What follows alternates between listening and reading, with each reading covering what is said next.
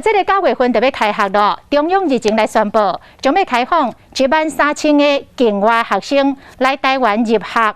台中市政府唔敢大意，除了严格来监督着防疫旅馆的检疫措施之外，罗市长嘛来强调讲，台中市有17间的大专院校，境外生必须伫个检疫场所居家检疫14天，而且自主健康管理7天。 期满了后，还阁做2届 PCR 检测，甲1届的快筛，才会当来进入到学校，就是要严防这个病毒入侵到校园。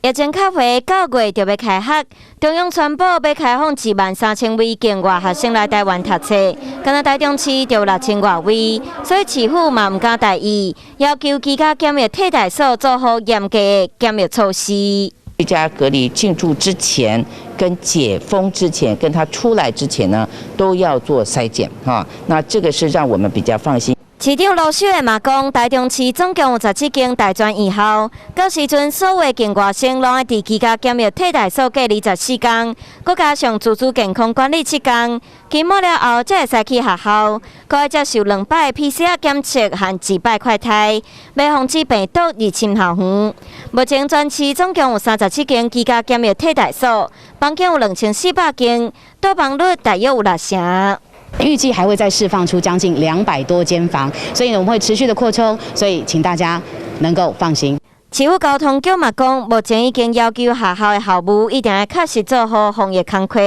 比如加强宿舍、教室的清扫和实联制，希望做好准备，减少病毒生传的风险。